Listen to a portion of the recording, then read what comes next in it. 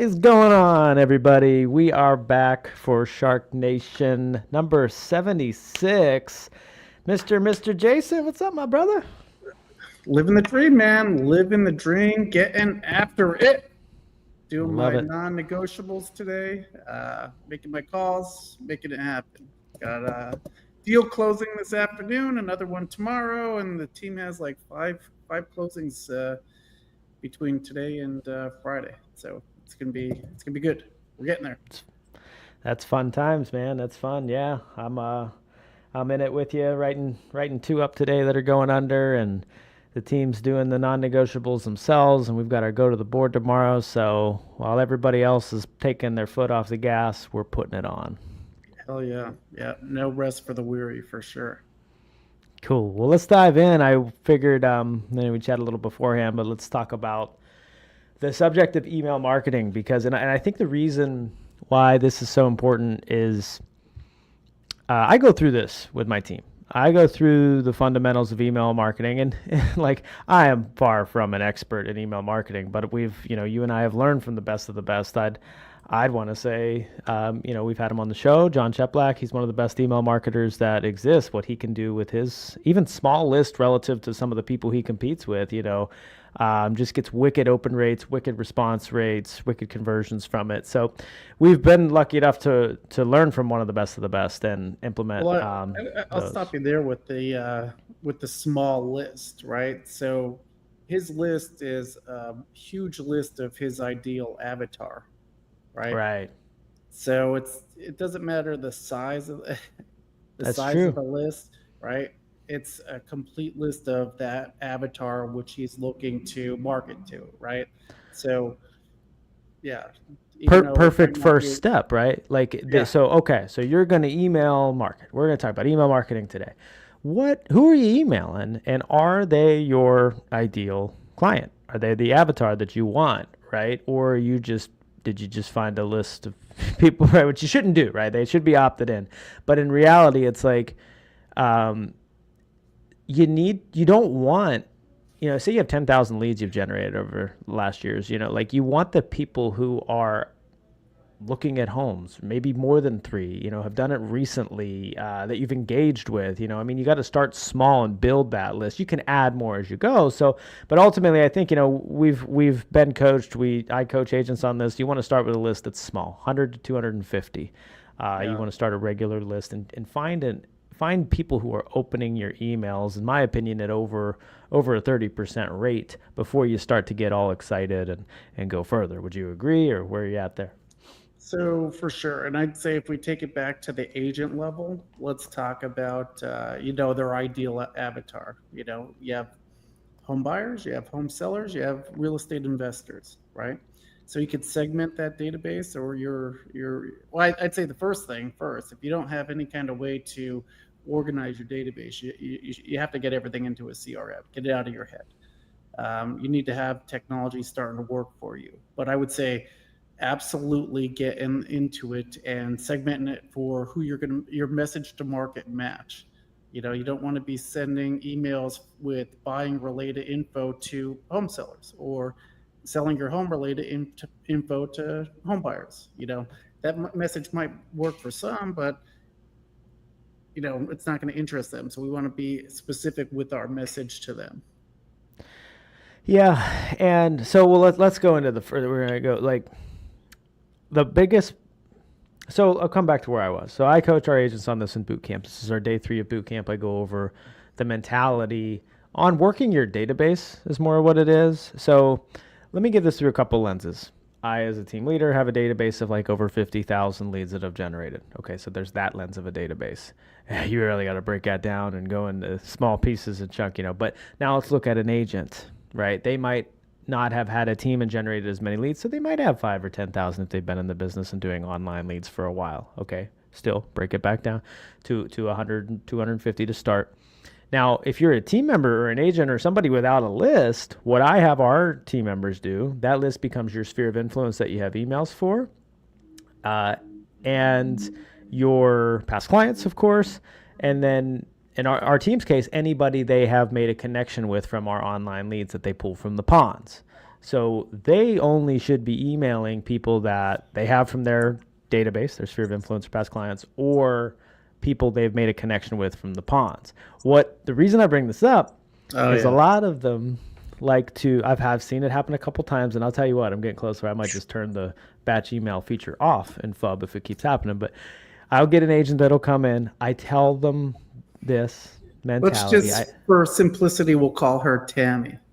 Tammy, if you're watching, we're not mentioning you, but just go ahead. I see where you're going with this. I see you've dealt with this too.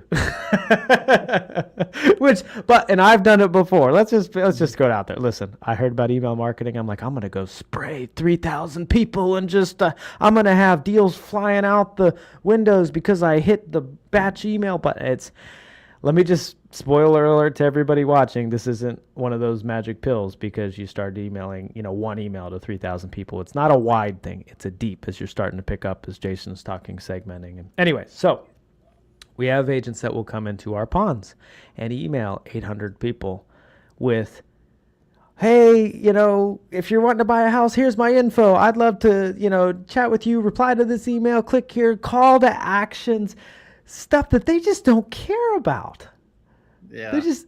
They're batching it out to a bunch of people they never made a connection with. They've built no credibility. They've asked before they've made any deposit, as John will always say, right? Make deposits before you can make a withdrawal from the business relationship equity account. And it just cracks me up because, and I've been guilty of it too, I think about it. But when you hear this topic of email marketing, you get super excited once you learn the technicality and how, oh, wow, I can batch emails of people who have opted in and send it to these big lists. But what you don't realize is the people who do it successfully start small and they build and they build and they build and they earn the trust and credibility. They get the open rates up so you get the trust and credibility of the spam filters and your audience. And you keep going and going and going. And you honestly, like cutting the bullshit, you probably don't see the benefits of email marketing for 6 months. Yeah. I mean, I've been at it for maybe 4 months, and I'm, like I said, you should have a goal. My goal is to provide value with every email that I send. No call to actions or anything like that. If you're not familiar with that, that's, asking for somebody to do something, call you, Click whatever. a link. Click a link. Reply. Reply to this, just constant value. We like to educate, inform, and inspire. So if I get a response to one of my emails that said, hey, thanks for sending that, you're really inspiring, then I'm like, okay, good. That's exactly what I want to be doing. So what kind of value are you sharing via email? Like you said, it shouldn't be an email where it's, hey, when you're ready, I'm here for you. Yeah, because nobody gives a shit. Like nobody gives a shit. And then here's the other craziest thing. Like I say this to a lot of our team is like, what the hell does your signature say? Does your email signature say you're a real estate agent? If they Google you, and this should be something you should think about, will they find out you're a real estate agent? If they look you up on social media, will they find out you're a real estate agent? First of all, they should.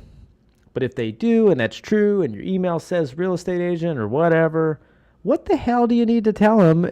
Come to me. Like, they know what you want.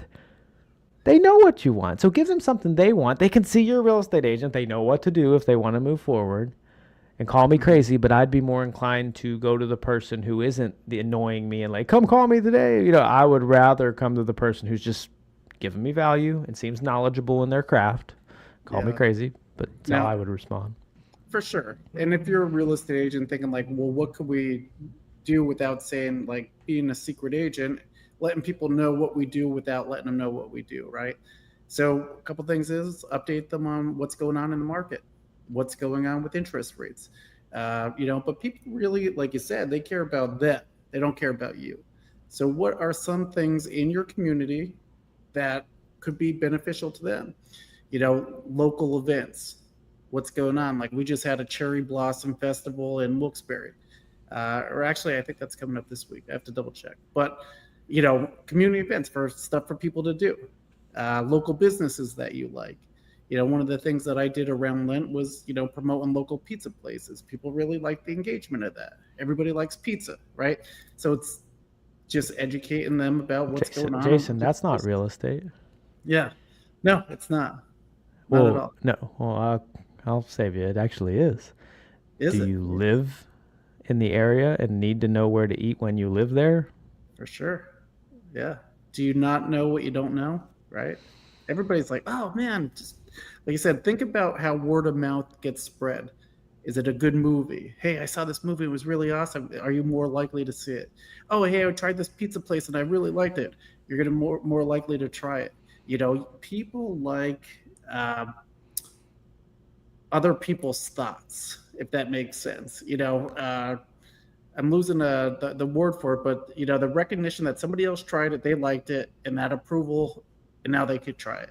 Does Yeah, that they make like sense? recommendations. They like, yeah, I mean, and then there's the things they don't know. Like, I mean, I don't know the area where you're at, Jason. If I came there, I'd be like, and I'm hungry for pizza, I'd be like, dude, what's the best pizza places? Like, and then of course you might go look at Google reviews, but what are you going to consider more, right? Like the word of mouth that you got from somebody and who's telling a story, or just like the random reviews. You're going to Yeah. consider the word of mouth from your friends. So that's what it should get into the habit of doing. And then speaking of that, though, you're talking about movies and best pizzas. One of the ones we do occasionally is we remind people that there's $5 Tuesdays at AMC in Florida or Cinemark in PA for our team. They don't know that. They don't know that they go to the movies for $5 on Tuesdays, like the discount Tuesday, and like that's adding value, right? How can you add value to the people that you want? And here's this is I love this quote, and I heard this at EXP's regional rally about a year and change ago, year and a half. And somebody had got up on stage. They were talking about email marketing, and it's if you let's say if you provide value, but you don't do it consistently, you're anonymous. If you consistently email but don't provide value, you're annoying. So you have to consistently email and consistently provide value. You have to do both for this to work. So when do you recommend would be the best time to email people? So we just do it every Wednesday. Today we have a huddle every Wednesday. Our team gets together and we write. I pull up a couple example emails that I've pre-written and we audit it together. Is this relevant? Is this valuable? Would people read this? Does the subject line cause them to open it? We do it together as a team every Wednesday. And then we go out and email the people that we have in our database. For me, for example, I want this to be transparent and real. I have 50,000 leads in my CRM. Mm-hmm. The email that I sent out today, I sent to 64 people because they're the people that I have made a connection with that are actively looking and selling and, Yeah. or my sphere of influence. I sent to 64 people, There'll be a different type of email that will go out to the database, and segment it and all that good stuff. But anyway, so we do that weekly. I tell the agents, do it weekly until you start seeing over a 30% open rate for over 3 weeks. Yep. And after that, then I think you have permission to go twice. If you hold it for a couple weeks, then I think you have permission to go 3 times or really whenever you want at that point. But the final piece of that I'll say, because I had an agent ask me this morning, like, what's the right time to send this? And we've heard from our coaches, send it in the morning, so it's the first email. But honestly, I think people work their email and task lists. I've seen night emails work. I've seen 5, 4, noon. I just send the freaking thing. The best Yeah, time it's is when like you send it. what's the best time to post social media, or when's the best video? It's like just do it, right? Done is better than perfect. I mean, so many times we get in our own head about, oh, do I have to do it at 6 a.m.? Do I have to do it at 6 p.m.? Do I have to do it somewhere in between? Well, what if I'm busy now? What if I'm not? When do I do it? It's like, look, until you start consistently doing it, and then you could fine tune your numbers to see what your open rates are and all that. So you should have some kind of metric to be able to track it. Okay, I'm sending it at 6 a.m. My open rates are this. I'm sending it consistently at 6 p.m. My open rates are that, and then and course correct based off of that. And you need a ton. Like there's, I love Hormozy will say count in hundreds, I mean, not necessarily hundreds in this case, but you need a big bulk of data for it to be true. It's like, and I get in my head about this. I remember I had texted Travis Halverson recently. I was like, hey, our last 30 days, our conversation to contact rate is low. Like, he's like, you can't judge on 30 days. You got to look like quarterly, and I'm like, oh, I even do it, So you need a big set of data to judge this. But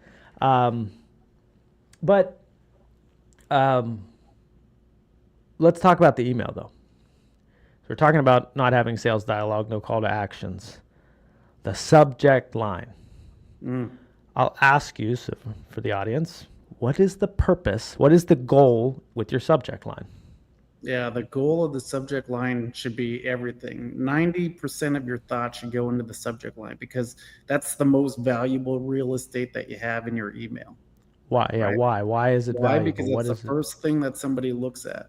It should And you create want to get them to do what? curiosity. Yeah, What's yep. that? Yep, you're going there. Yep, you want to get them to. You want them to engage and open it. So There it is. what's gonna do that, right? You have to create curiosity or intrigue. Um, what's going on to it. So there's different tactics that you could use for, but out of everything that you do, if you're and I even say this for our team, and I teach it for submitting offers. Don't waste that subject line when you're submitting an offer. Use the words that you get from the listing agent when you talk to them about what kind of offer do they want. Oh, quick close, stress free, hassle free, whatever they're using. Use that dialogue back to them into the Ooh. subject line. Ooh. Never heard that one. That's Okay. good. I like that, buddy. Yeah. Aim to Uh, please. yeah, that's a good one. I'm gonna use that. All right. Well, so the goal, like you had said, is to create curiosity to get them to open the frickin' email. That's Yeah, the quick point. close, cash offer, 123 Main Street. Easiest So deal it's you'll have like, all year. and that's in an offer lens. But now you think of it in email lens. It's like, what kind of email are you going to open? Like, this is my opinion on the real estate market. It's like, well, nobody gives a shit, really. Mhm. Like everybody has an opinion. Or how about what's the one we just sent? It's from Chip. So It's I'll give one that I just sent out, and we segmented it for our seller leads. And I did a post on this. The nice part about email is you could rip off and duplicate across multiple platforms. So you can take that email template and put it across your socials. But ours, the subject line was, "Don't sell your house until you do this." yeah. There you go. Because you're opening. It's like, what do I till I do what? Like, what do I got to do? You're opening a loop in that case, right? Yeah. Um, what's really going on with home prices was one of ours. That had wow, that had a wicked open rate, man. It's off the charts. It's not even, it's over 100%. So I clearly measured it wrong, but it was wicked. Uh, what is this? Uh, what did I have? Quick question for you. This you can't catch fish. Dot dot dot. Love the dot dot dots. It's opening. That's an incomplete sentence, right? I wish dot dot dot is more likely to be open than I wish people knew this when they were buying a home. Like, think about it. If I said I wish people knew this when they were buying a home, I mean, you're curious, but I wish what? Like what? Finish that, right? You want them to Mhm. open the email. So the goal, the point of the subject line is to get them to open the email. It's the only point. Now, Yeah. the body, and look, there's a lot of beautiful editors out there, things that make things look really pretty. You want to put videos and pictures and newsletter type stuff. And first of all, you got to deal with spam filters. So that's number one problem here. Secondly, is we just want people to read the freaking thing.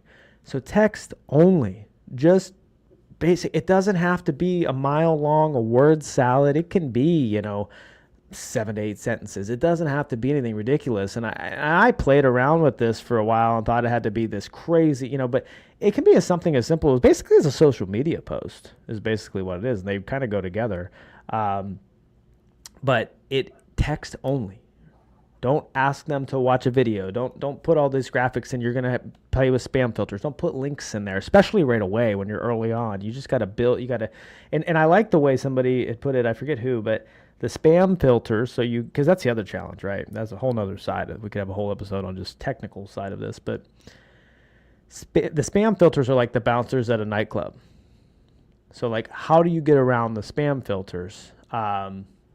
Well, first of all, you provide value consistently. They actually, the servers see that the people are opening the email. If you get responses, that's good. Not a bunch of external links, pictures, content, stuff like that. So we want to be friendly with the bouncers at the nightclub. And the easiest way to do that, and I screwed up with this in the beginning, but after I learned, the easiest way to do that is text only. Basic, tell a simple story. Just a drip of value. Just, bet you didn't know, dot, dot, dot, that there's a $5 Tuesday at your local movie theater. if you go to AMC theaters, I found this out last week when I went and I took my kids to see Minecraft, that Tuesdays is discount Tuesday. So Did I you don't go know, see Minecraft? We saw it, yeah. Was it terrible? It looked terrible. Man, we're gonna go there. I think the movie could have been great.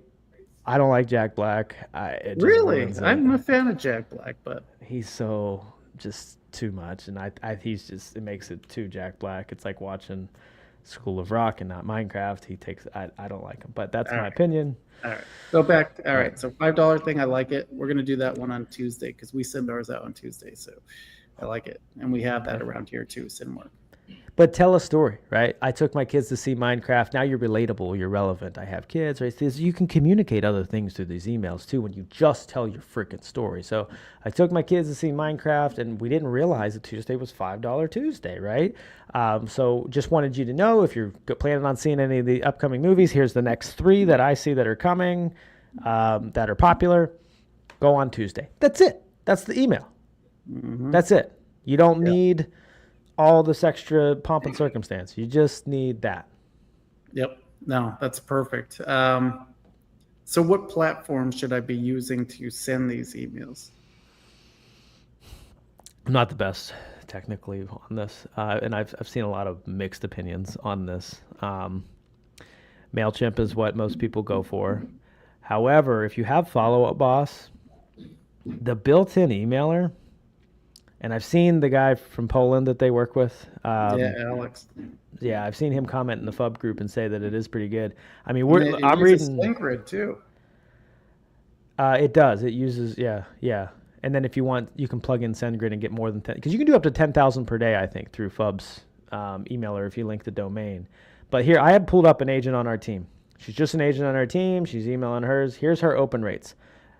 Once a week, 31%, 33%, 32, 39, 41, 53, 43, and that's in Follow Up Boss's integrated emailer. Now, where I've had a bad open rate was KV Core.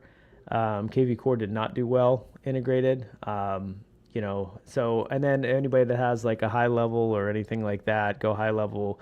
The problem with that one, though, is you really got to set up the domains properly. In that. And then one other word of mention is Flowdesk is pretty good too, and that one's a lot more dummy proof on how to set up the domains correctly. That's a whole, you could go into a whole podcast on technical setup for this. Oh God, yeah. But simply put, like, if you want something easy, no brainer, go Flowdesk. If you want scalability, a little bit more control, go MailChimp. If you want full control, all of it, go high level. If you have Follow Up Boss, that's probably what you should do, because it's built in, and until you get pretty crazy, you can just stay there for a while. Yeah, that's what I'm using right now is Follow Up Boss, and like you said, it has all the metrics. Maybe the editor and all that's not the prettiest girl at the dance, but it works. Well, and one of the best things about FUB, and I'll just pull it up here in a second. One of the best things about it is, I have to find this. It's taking me too long. You can click on the people that open the email. I think it's gonna. Here, let me share my screen. Present. Slides. Share screen. It's been a while since I've done it. Okay, cool. Oh, I gotta add it. Where's it at? My camera's in the way. All right, cool. So here's an example, and this is the open rates I was talking about. You can see 43, 41, all those opens. Here's the beautiful thing about doing it inside of Follow Up Boss. So it's not a good time to buy or sell. This was sent out this morning. We've got a 31% open rate on it already. So we Jason and I have talked before about call the people who open the email. Well, here's the cool thing.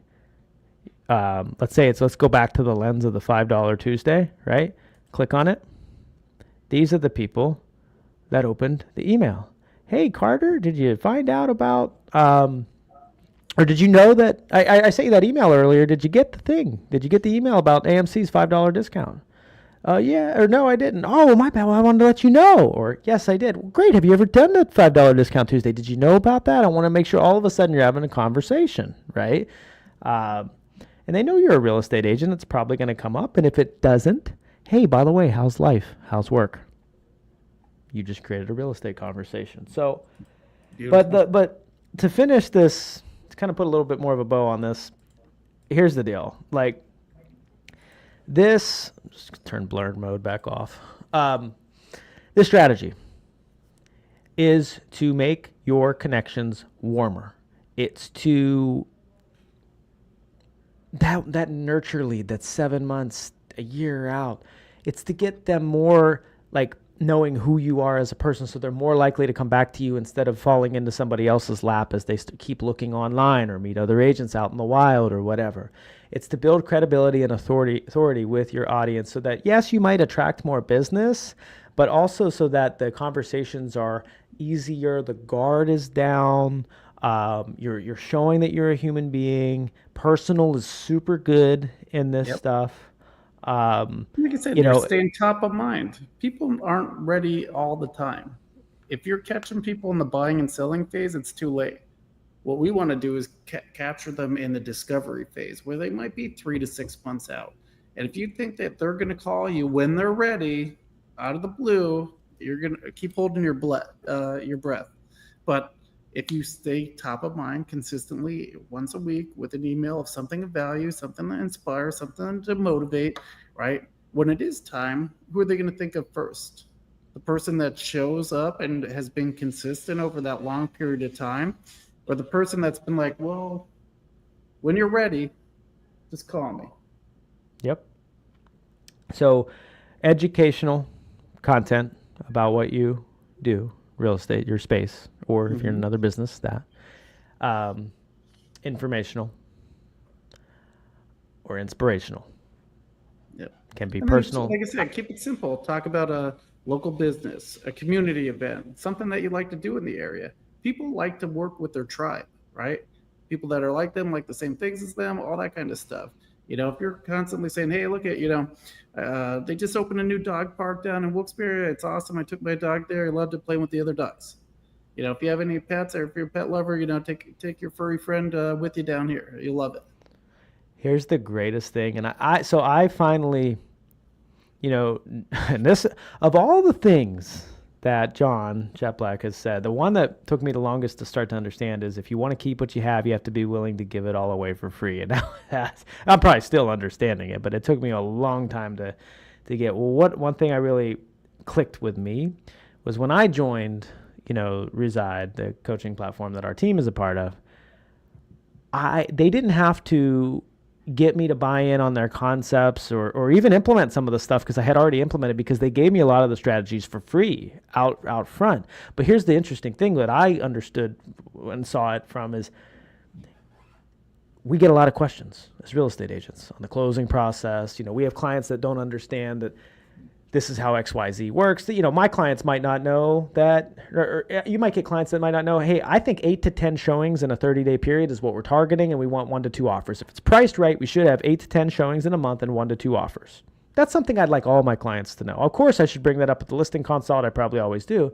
But if you're regularly emailing them, you can educate them about that, about how to handle an inspection report, about what are the 2 biggest humps to get through in a closing, inspections and appraisals. Like you can educate them and teach them. And it's going to make your process so much easier when you get them. Answer the questions you're getting ahead of time. Do it early. And then when you have a client, it makes it so much easier to roll downhill. You've done a lot of that work up front and you did it in mass. Like Yeah. I work think smarter, everything not that we harder. take for granted that we know every day because we're in the weeds doing it, other people, it's the first time they've done it, and sometimes we're naive to that and we think that they know, but we have to be the ones that, like I said, educates them on the process. And sometimes we're like, oh, yeah, we know it, but we don't share it, which this is a way, like you said, we can constantly stay top of mind and educate, what the next steps are. Simple things. What's non-refundable? What's refundable? What gets escrowed at, or, included in your closing costs at closing? What do you have to put up front? How much is my deposit going to be? What do inspections timeframes look like? How much does an inspection cost? How much does an appraisal cost? I just gave you like 30 pieces of content that you could email out Yeah. right there. What's months supply of inventory mean? What's 6 months? Is that a good market, a bad market? Right? Your It's neutral. market absorption video. Educate them, hey, in Land O'Lakes right now, it's 5.2 months supply in the single family. It's that, 6 months is a neutral market. So we're getting, and it's doubled in the last like year. So we're basically back at a buyer's market. Easy, easy. Like I do like that. And now you've answered people's questions. So yeah, and I noticed that a while back we did an automation that when we went under contract, it was a automated email sequence that went out, and it was just educating them. Hey, this is the inspection process. And it was crazy. This was before we were doing email marketing in this lens where it's batch and it's in big lists and stuff like that. But I was sitting. It was when we started the team. This was 2017 maybe, and I was maybe 2018. I was sitting at the office. And I had never spoken to one of our team members' clients that they were under contract with. They came in for closing. They were like, "Hey, you're Chad, right?" I was like, "Yeah." I was like, "Yeah, we get your emails about, all this stuff. Thanks for everything." Like I was educating them about the process without doing it. We're doing it once. That was an automation side of it. So just, I don't know. I mean, I think you and I would definitely admit, we by no means have this email marketing game figured out, but working on it. Work in progress. We're here to show you. Something's better than nothing, though. I got 2 calls today about my emails, 2, right? So I'm here to share with you what is getting my audience engaged, and hopefully that provides some value. But the biggest, if you watch this podcast, whether you're a team member, an agent, team leader, or another business entirely, the fundamentals are provide value without asking for anything in return. Do it consistently. Make sure your subject line gets them to open the freaking email. Commit to once a week until you get over 30% open rate consistently, and then you have permission to start upping the frequency, but do it slow. Don't spray and pray. Go deep, not wide, and segment these suckers out. And if I can help anybody, shoot me a message, because I'm in it, and I'm loving to figure this email marketing strategy out as we go. So shoot me or Jason a message. We'd love to share with you anything we can. Yep, love it. Cool. Well, thanks for tuning in. No more cheesy sales dialogue out of anybody emailing. If you're a real estate agent, do not send somebody. If you want to buy or sell, reply today. I'm waiting for you. All right. Well, thanks everybody for tuning in. See you next week.